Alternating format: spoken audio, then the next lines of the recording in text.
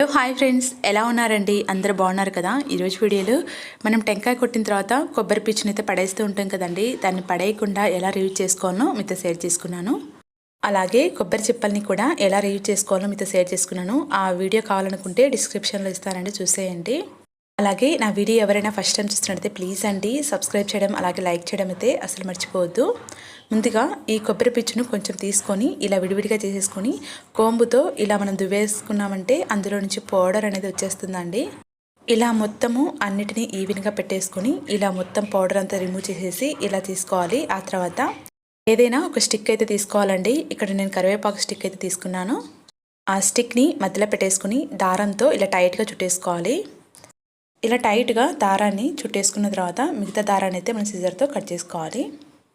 ఇలా మొత్తం చేసుకున్న తర్వాత అండి దీని పైన కూడా మనం సిజర్తో కట్ చేసుకున్నామంటే ఈక్వల్గా వచ్చేస్తాయి. మొత్తము ఈక్వల్గా ఉండేలాగా కింద కూడా మనం కింద సైడ్లో అటు ఇటు ఒకటి హెచ్చులు తగ్గులాగా ఉంటాయి కదండి, వాటిన్నిటిని ఈక్వల్గా చేసుకొని మనం కట్ చేసుకోవాలి. ఆ తర్వాత ఇలా టేప్తో మనం చుట్టేసుకున్నామంటే ఇది చాలా రకాలుగా యూజ్ చేసుకోవచ్చు అండి. మనం దేవుని పటాలకి ఫ్లవర్స్ అయితే పెట్టుకుంటూ ఉంటాం కదండి, వాడిపోయిన తర్వాత కింద పడిపోతాయి కదా, మనం క్లీన్ చేసుకోవడానికి క్లాత్తో క్లీన్ చేసుకుంటూ ఉంటాము. అలా కాకుండా ఇలా చీపుని చిన్నది తయారు చేసుకుని పెట్టుకున్నామంటే సపరేట్గా మన దేవుని దగ్గర గుడిలో తుడుచుకోవడానికి చాలా ఈజీగా ఉంటుంది.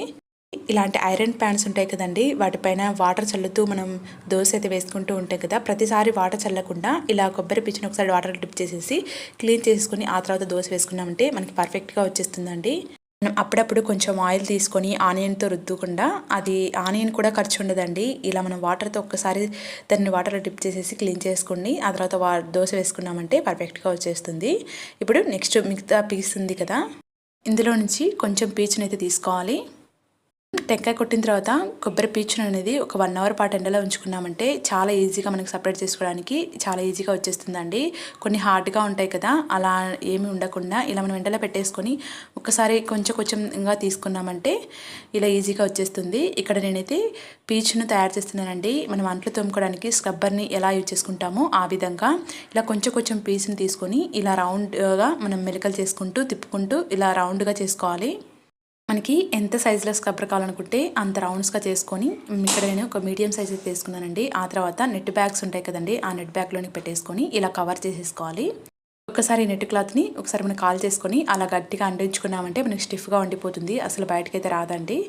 మన అమ్మమ్మ వాళ్ళైతే ఎక్కువగా అప్పట్లో అంట్లు తోముకోవడానికి వీటిని ఎక్కువగా యూజ్ చేస్తూ ఉంటారు. మనకి ఎక్కువగా స్క్రబ్బర్స్ అని అలా యూజ్ చేయడం కూడా కొంచెం కష్టంగా ఉంటుంది కదా అప్పట్లో. అలాంటి వాళ్ళైతే ఇలా ఎక్కువగా తయారు చేసుకొని క్లీన్ చేసుకునేవాళ్ళు. ఇక్కడ నేను మీకు చూపించడానికి కొంచెం విమ్ జెల్ను వేసేసుకొని ఆ తర్వాత ఇక్కడ నేను క్లీన్ చేసి చూపిస్తాను. ఎంత పర్ఫెక్ట్గా మనం స్క్రబ్బర్తో క్లీన్ చేసుకుంటే క్లీన్ అయిపోతాయో ఆ విధంగానే సేమ్ క్లీన్ అయిపోతుందండి. చూసేయండి, మనం స్క్రబ్బర్తో ఎలా క్లీన్ చేసుకుంటే క్లీన్ అయిపోతాయో సేమ్ ఆ విధంగానే క్లీన్ అయిపోతుంది. ఈ టిప్ నచ్చినట్లయితే ఒక చిన్న లైక్ కూడా అయితే అసలు మర్చిపోవద్దు. అలాగే మిగతా పీచు అలాగే పౌడర్ కూడా ఉంది కదండి, దాన్ని కూడా ఈ విధంగా యూజ్ చేసుకోవచ్చు. మనం పౌడర్ని పడేయకుండా చాలా రకాలుగా యూజ్ చేసుకోవచ్చు అండి. మన పెరట్లో అయితే మొక్కలు ఉంటాయి కదా, వాటిని వేసేసుకున్నామంటే కోకోనట్ పీచ్ అనేది మనం పడేయకుండా ఇలా మొక్కలకి వేసేసామంటే కంపోస్ట్ లాగా చాలా బాగా యూజ్ అవుతుంది. ఇక్కడ నేను ఈ పౌడర్ని కొంచెం పుదీనా మొక్కలకు వేసేసుకొని ఆ తర్వాత మిగతా ఉంది కదండి దాన్ని కూడా ఇలా ఇక్కడైతే నేను కొంచెం గోంగూర తోటకూర వేసేసుకున్నాను, అందులో కూడా కొంచెం అటు ఇటు చల్లుకున్నానండి. ఆ తర్వాత మిగతా పీచు ఉంది కదండి, ఆ పీచును కూడా పడేయకుండా ఇలా అయితే యూజ్ చేసుకోవచ్చు.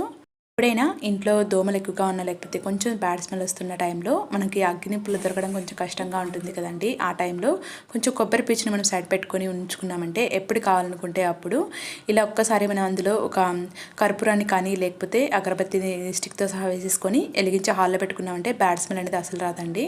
సో యూజ్ అవుతుందనుకుంటే తప్పకుండా ట్రై చేసి రండి.